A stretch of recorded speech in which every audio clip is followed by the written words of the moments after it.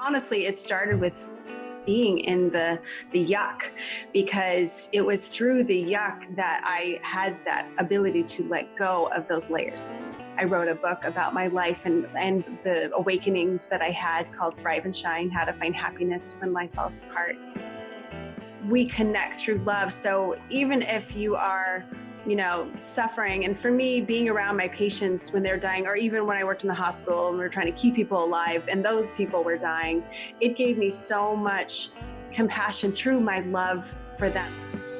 When you sit by yourself and you say, okay, who am I? And love who you are, because like attracts like energy. We are going to attract someone like us. So if we're a total wreck, we're going to attract the same wreck.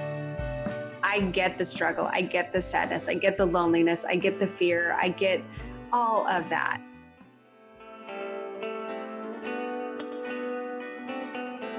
Hello, and welcome to the Jeffrey Eisen podcast. This podcast is about using spiritual wisdom, insights, principles, and practices to integrate and embody into your life in a practical way. My guests share their story of their spiritual journey, as well as how their spiritual beliefs, insights, and practices have helped them live a better life. Their life stories help others understand and accept life's challenging opportunities for learning, expansion, and growth. Truly honored and thrilled to have as my guest today, Michele Joy from Portland, Oregon. Michele and I met over social media. We've had several conversations, and I was privileged enough to record a podcast of her podcast yesterday. Welcome, Michele. Thanks so much for coming on to the Sheltazar episode of the Jeffrey Eisen podcast. Oh, I am so happy to be here and so honored. And as you and I, just our first conversation, I was just totally in love with your energy, and we just had this great flow. So I'm super excited about this conversation today. Let's just keep having these conversations, right? Yes. Well, there's something, there's something to be said about going after or connecting with people that you resonate with. And I know we're going to get talking about the law of attraction because you teach the law of attraction. You're expert on it. In a minute, I'll give you a chance to talk about who you are and your personal journey. But you raise a really interesting point. Often, we're not aware of our resonant energy. And I'm always baffled by the people who plop themselves in front of CNN and watch all day and then can't fall asleep at night and wonder why that is. And I think we're an example of the opposite of that. You feel that energy. I love chatting with you. You love chatting with me. I'm sure that our relationship will continue to evolve, both being coaches. And that's because we recognize the resonance of the vibration. And that is so very important. Wouldn't you agree? Oh, absolutely. And, when you start to sense energy, it is like you just draw people to you like amazing, like lights, right? That light energy is so easily drawn to one another where you feel like you are absolutely one. So it's so great to meet people who are attuned to their own light. So that's how I see you. Yeah. Thank you so much. Thank you so much. Why don't you tell the listeners a little bit about yourself and your life journey and how you got into what you are currently doing? Well, so that all started about 10 years ago after my divorce. I was with my ex-husband for 16 years. We had 2 boys together.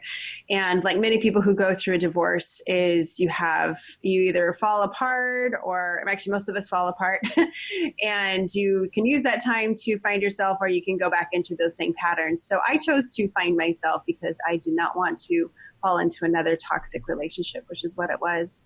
And, but it wasn't an easy journey. It took me about 1.5 years before I finally sat with myself, because I was heavily into denial. I'd call myself Miss Denial, or I was dating Mr. Denial. He was my boyfriend. And after finally just getting fed up with how I was living, I decided to start meditating. And through meditation, and again, that took some courage and time to even get to decide to do that, because I did not want to look at myself. That was my MO. So finally I just said, enough's enough. I have to see who I really am and stop running away from this who I thought I was, right? Because I had this belief that I was like a really terrible person. And after just 3 months of meditating, I had a spiritual awakening, which completely threw me off guard. I was not, I did not believe in God. I'd read, all these self-help books, and God would come up and I just brush over and switch it to universe, or, I didn't want to talk about this. I didn't grow up with religion. It felt very foreign to me. But when I had that spiritual awakening, I saw a slither of light. And it was so profound and so beautiful. Like, I really believe I was only given a slither because that's all I could comprehend with my human brain. And because it was so powerful. But in that slither, I understood who I really was and how the universe works. And it was like I was given the key to the truth of my being and everyone's being, and we were all one. And it just completely changed my world. And after that experience, I went from not believing in God into knowing God, into knowing spirit, and to know it in such intensity that after that, I felt like I had a near-death experience, and I read book after book after book after around near-death experiences because I experienced what they did after. So then what happened is at that point I was led. I was completely led. I was a nurse. I was happy being a nurse. I had no desire to leave nursing, but I was so drawn to these books and these teachings. I end up finding this book called The Soul Loves the Truth by Denise Lynn, who became my soul coaching teacher. I read her book and I'm like, oh my gosh, I have to know her. I want to be like her. I loved her energy, and I knew there was something really amazing about her. So a few months later, I'm in San Luis Obispo, California, being trained as a certified soul coach, not really knowing why. This is the big thing. I didn't know why I was doing any of this. I just was so drawn, and I just kept saying yes. So after I became a soul coach, I then came home to Portland, and I'm trying to find ways to get the message out, because soul coaching really helps you connect with who you really are. It takes down the layers of untruths so you can connect with your inner light, which is what I did with my spiritual awakening, but I still needed more help. And so then I started to reach out to meetups, but I was a single mom. I worked 12-hour nights. I didn't have a babysitter. So I didn't really have an opportunity to go to any of these meetups, but I had an email that I one day opened, and it was an established group called the Law of Attraction for Happiness. And they were looking for a new facilitator. Now this group was already established, had 500 members, and I said yes. And I never taught a group in my life. I never even been to the group, and I said yes. So really where my life has led me, which is truly being led, is I just kept following it. I kept saying yes. And it turns out I love the law of attraction, became my absolute passion. I wrote a book about my life and the awakenings that I had called Thrive and Shine, How to Find Happiness When Life Falls Apart.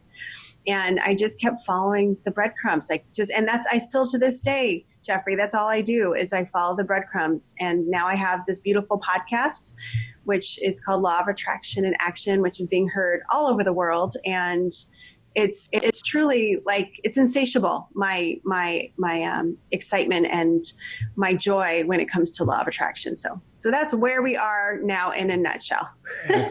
Excellent.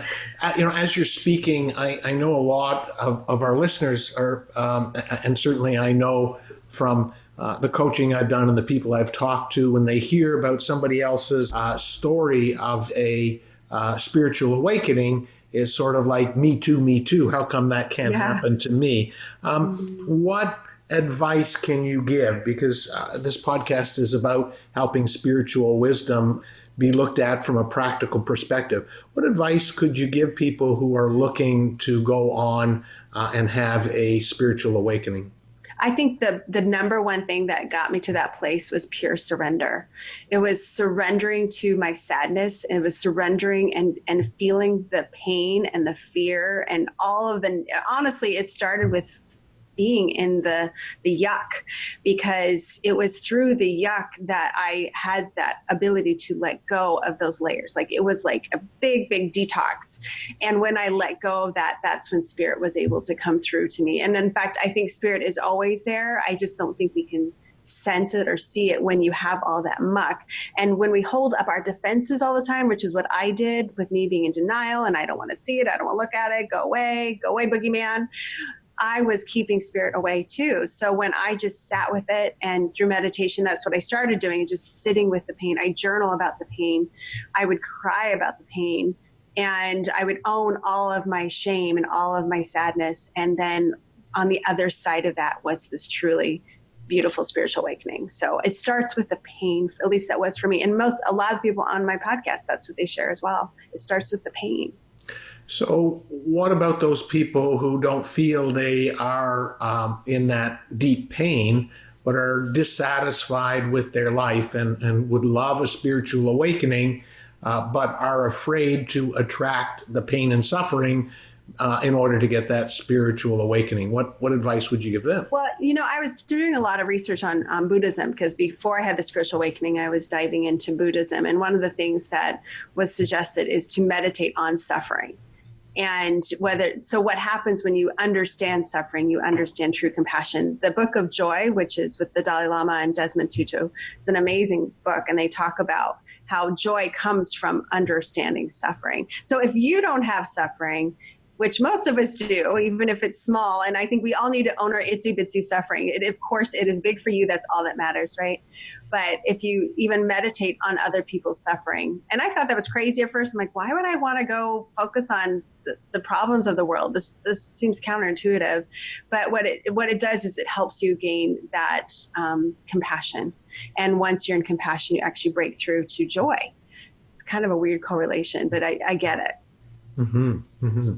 Yeah. So from my perspective, whether you are in joy or compassion, or in your case, surrender, you are moving to a higher vibration. And from my perspective, from what my understanding is, that spirit comes into us, comes through us when we are vibrating at the right frequency. Just like at the beginning of the podcast, you and I talked about the fact that there was a certain resonance, a certain attraction that we had, not to each other, because we don't know each other that well, but to our energy. Mm-hmm. And so just like you and I can feel like we're kindred souls, you can connect to that invisible world if you allow yourself to be in vibrational resonance with that. And I think surrender is one way, certainly joy, compassion is another way. I think for me, the key is to be able to silence the obsessive mind, to quiet the mind, which, again, in Buddhism, and I studied a little bit of that as well, the source of suffering, of course, is the mind. So letting go of the mind and just allowing, you will be able to connect to that higher power. What also helped me was love. And that's when, before I quit nursing and started doing this full time, I was a hospice nurse. And people always thought, how could you work in hospice? Because I'm also still doing my law of attraction. I'm also a certified happiness coach. So I'm doing all this positivity on the side, and yet I'm working with the dying. And people did not get the connection. But to me, the connection was love. And that's, to me, as you were talking, I realized the big overlay of everything is love. Spirit is love. That light that I saw is love. God is love. And so we connect through love. So even if you are suffering. And for me, being around my patients when they're dying, or even when I worked in the hospital and we were trying to keep people alive and those people were dying, it gave me so much compassion through my love for them, through the love that I saw what they had with each other. And even for us, I had patients, I used to take care of cystic fibrosis patients. I'm not sure if you've heard of them, but they usually die pretty young. Most of them die in their 20s. And that's when I got to know them really well, was when they're at the last leg of their life. And so I had so much love for people. And the biggest thing here with my journey, which I wrote a lot about in my book, is I had to love myself. And that's part of that spiritual awakening, is loving who you are and loving your divinity and loving all parts of you, every single piece, the ugly, the pretty, the shameful and the proud, all of it. You got to love all of it. And that's when I saw as a nurse is the patients that were suffering were at the absolute surrender. There's no other place to surrender than on your deathbed. That's true surrender. And all of those people, the main component was love. That's it. You don't care about money. You don't care about titles. You don't care about anything but love. And so that's what I take into my practice now when I work with, my clients, or I'm doing my solo sessions, or I'm connecting people like you who I interview. It's if I can connect with you with love, then I've done a good job. And I want everybody to know that they're loved, because we are. Absolutely. And you and I have chatted before, and you told me that you have, since that divorce that began your spiritual journey, you've met your soulmate and you're madly in love. Yes. Talk about the difference between those relationships, the relationship from your ex-husband and the relationship to your current soulmate. And how did those differ? Was it the men that were different, or are you different, or because you're different, are they different? And is that the law of attraction in action? Yes, I think it's all of the above, because that's one thing why I started meditating after my divorce. I said, because I started understanding law of attraction a bit too, as reading about it. Like, how did I attract someone like that who treated me so poorly? Obviously, there's something within me that didn't feel like I was worthy of a good relationship, something within me that didn't feel lovable. And so that's the journey that I took, is I needed to know that I'm lovable, because I knew once I love myself, I would never let anyone treat me bad again. So I had to shift. And when I met my soulmate, he and I both had done so much work, and we both had, years of hurt and pain, to where we've learned through that. And so when we came together, we no longer look at each other, because most couples, what they do is they project their issues onto the other person. Like, oh, I can't handle this, I'm going to project it onto you. But when you have awoken and you have done your work, you no longer project, you own it. And so for he and I now, when something is uncomfortable, we have a difficult conversation, we both own our emotions 100%. And we love each other even in our ugly days, and we don't judge each other. And so that's the gift of finding love for yourself before you meet your partner. And I tell people that all the time. They're like, where's my soulmate? I'm like, I know it may feel like it's taking forever, but I always felt like it took 6.5 years to manifest mine. I said, in that 6.5 years, I still had more work to do.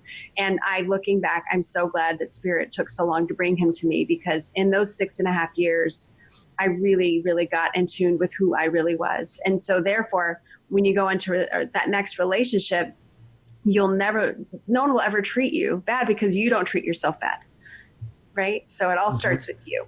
Right. Yeah. It's interesting. I can certainly sense the opportunity for you to diversify away from just law of attraction to self-love, because you're extremely passionate and knowledgeable about it.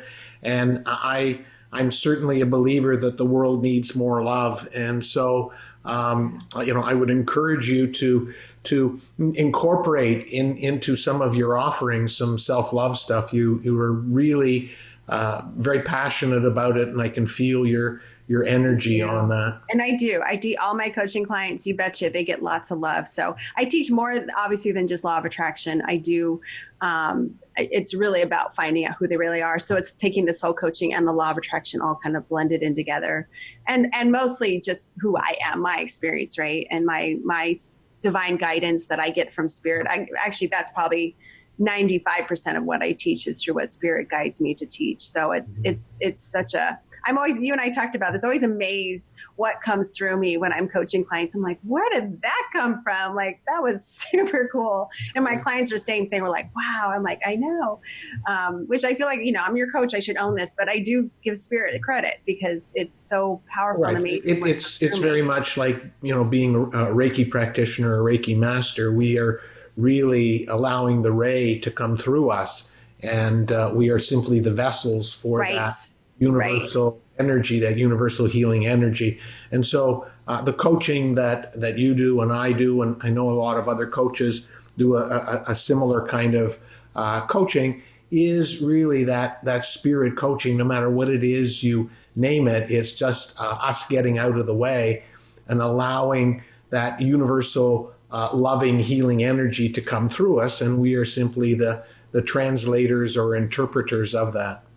Yeah. And I think the most important thing to know about coaches is we have to have done the work. Like I've met people who have not done the work, and I look back, I'm like, I can't believe I fell for that. Like I've hired coaches that were like, oh, kind of smoke and mirrors, right? And that's why I kind of started the podcast. I want people to know me. I want them to really know who I am, and I don't ever want to be that false pretense of I can offer you this, this, and this, and then when they show up, they're like, wait, you're totally different from what your marketing says, right? I want people to know that I really, really care about people. And that shows, I believe, in my podcast, because I share, like I told you, I'm very big into TMI, or I overshare sometimes. Well, that's quite all right. If that's who you are and you love it, that's fabulous. But Michele, you raised a good point, because I know it's sometimes very difficult for people who are looking to work on self-help, self-development, self-worth, self-love, all those self things, to find the right support.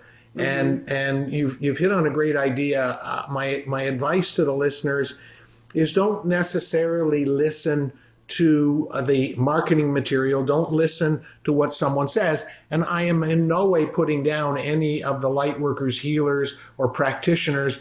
I think they all come from a place of goodness in their heart, of doing well. But the key is to find someone that you resonate with. And, right. And little did I know that our little opening where we talked about how we connected with each other on a resonance vibrational level, we were able to demonstrate to the listeners that that's what you really want. You really want to be able to go in with an open heart, even though often your heart is broken, and speak to that practitioner in a way that you can truly get to know and feel who they are. And that's who you pick. Don't pick the one with the most certificates. Don't pick the one with the fanciest marketing material. Pick the one that you feel comfortable with.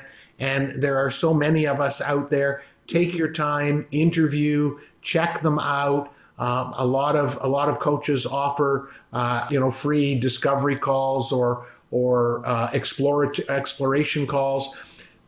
Pick the right one for you. There's a whole bunch of support out there, and there's no reason for people to have to go through the suffering that they are. And it's okay to say no too, because I was solicited by coaches for like business coaching and stuff, and I was just like, I just don't like something about their personality, and it's love and light to them. We all believe are good souls, but personality wise, we did not jive, and so I didn't hire them. And sometimes people all that pressure on you, and I'm like one of those people who can sell anything to me. By the way, I'm like the one at the grocery store buying all the nice. I'm like, I have to have that, But what I had to be more discerning, because I found that because I have chosen the wrong coaches before, because I felt like, because I'm such a nice person, I'm like, well, gosh, they're putting all this work in for me. I guess I really should sign up, but that's not what you should do. Well, and that's part of your journey. Part of taking your power back is to be able to know what is in your highest good, and to be able to say so in a loving and firm way. I think learning to say no with love is a great way to connect with your inner power. So many people, when they say no, they say it out of anger or frustration. I think that most of us find that we can say yes, not always out of love. We say yes out of guilt or shame or things like that. But no, there tends to be some stigma attached with no.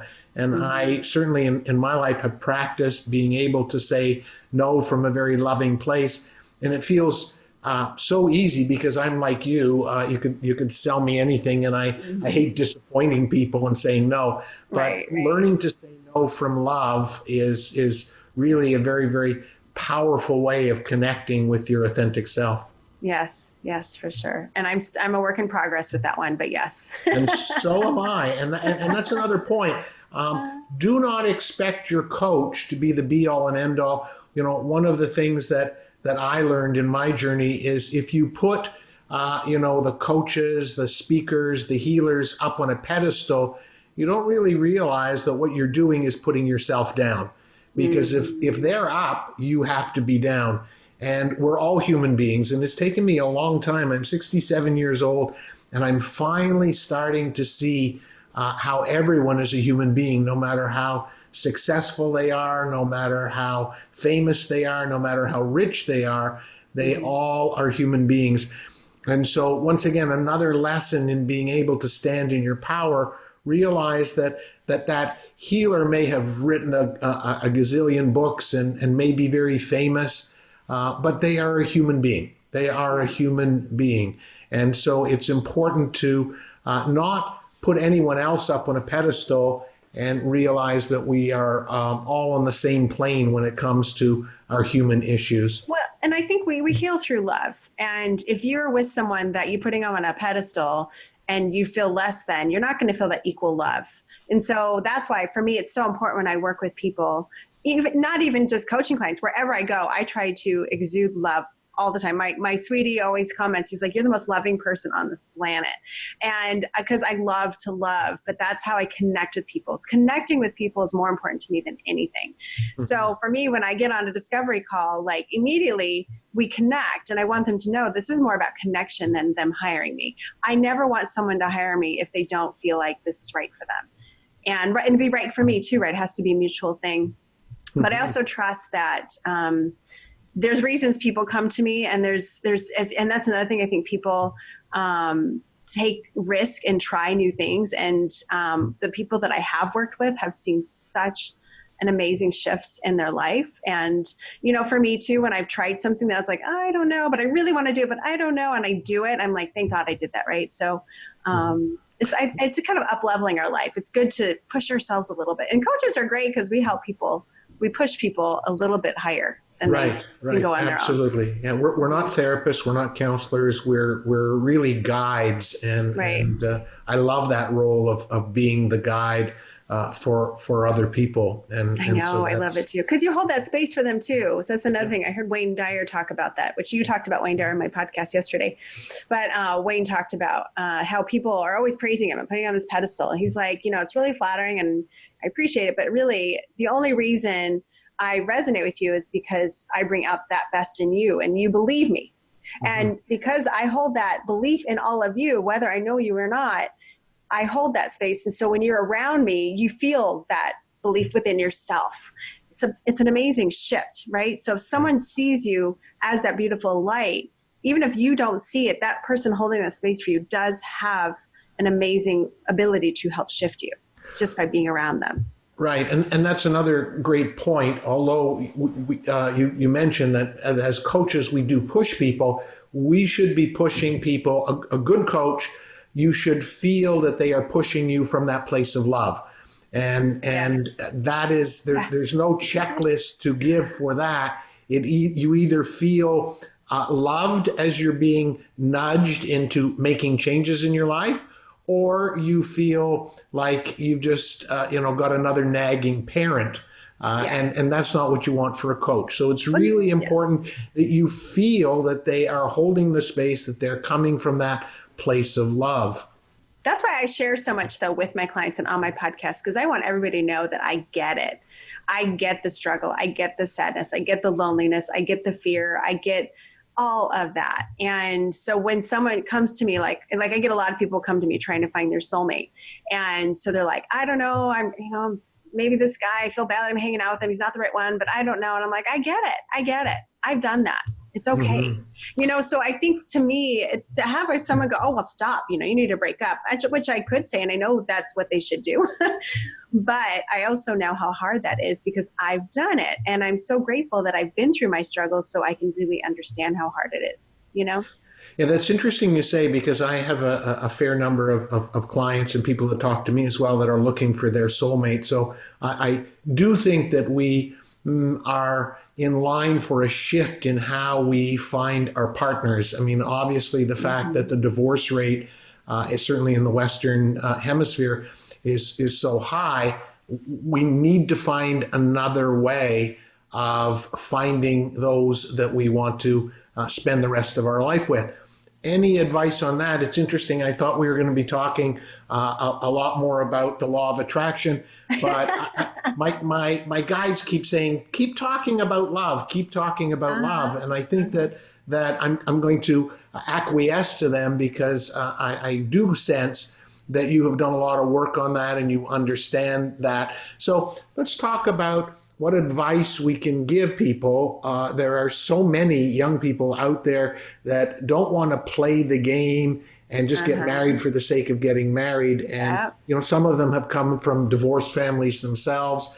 How can we help people fall in love so that we can not have these hurtful breakups and difficult challenges in relationship breakups? Yeah, well, there's two things. One, you have to know who you are. And that's the hardest thing for people to do. Because when you sit by yourself and you say, okay, who am I? And love who you are, that's where, because like attracts like energy. We are going to attract someone like us. So if we're a total wreck, we're going to attract the same wreck. So that makes for tough relationships, right? And so I think people, and they need to take the time to get to know who they are and find their joy. That's it. It doesn't have to be that hard. It doesn't have to be a spiritual awakening like I had. It's about following your joy. It's that simple. Every day, what is joy asking me, and do it. And practice creativity and just follow your curiosity, just keep finding who you are and just be in that space of openness, right? But the number two thing, which I think is just as important, is you have to believe that true love does exist. And I think people get jaded, especially in this culture with, like you said, the high divorce rate. They came from divorced families. They've never seen a good relationship. They have nothing modeled for them. And I did not either. My parents divorced. They've both been married 3 times. My grandparents divorced. My aunts and uncles divorced. Like, there's not a single person in my family who stayed married. And so for me, I had nothing. I didn't know what soulmates were except for what I read in books. But that's what I clung to. I clung to the story after story. And what's great is now I share these stories on my podcast.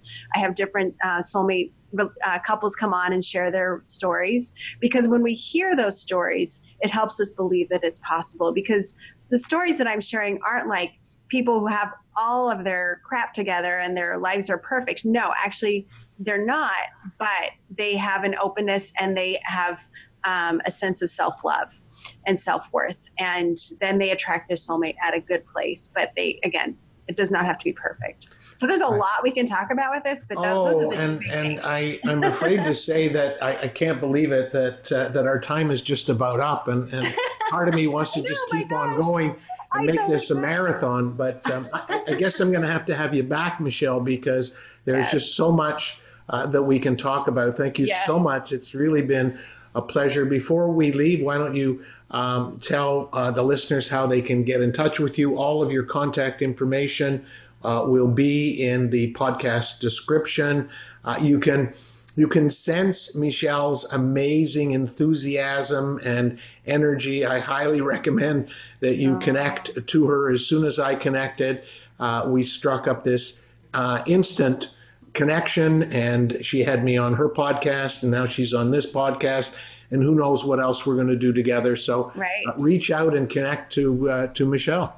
Awesome. Well, the best way is just go to my website at michele-joy.com. That's MICHELE-JOY.com.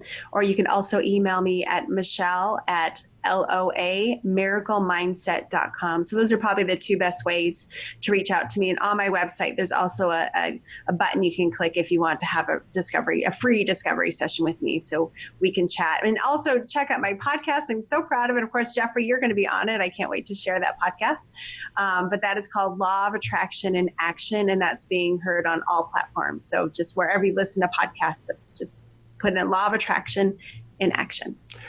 Thank you so much, Michele. I highly encourage the listeners to connect with you. It will be a great investment of time. You can just feel the energy oozing out of Michele, and so I highly recommend it. Thank you so much for being a wonderful guest on the podcast. Once again, my name is Jeffrey Eisen. I'm a spiritual life coach, channeler of Sheltazar, and an energy intuitive. Please check out my website, jeffreyeisen.com. There's all kinds of content and offerings. I encourage you as well to connect with me for a discovery call. Why not connect with both of us? You might learn something. Thanks for listening in to this podcast. Love and light to you all. Thank you. Thank you.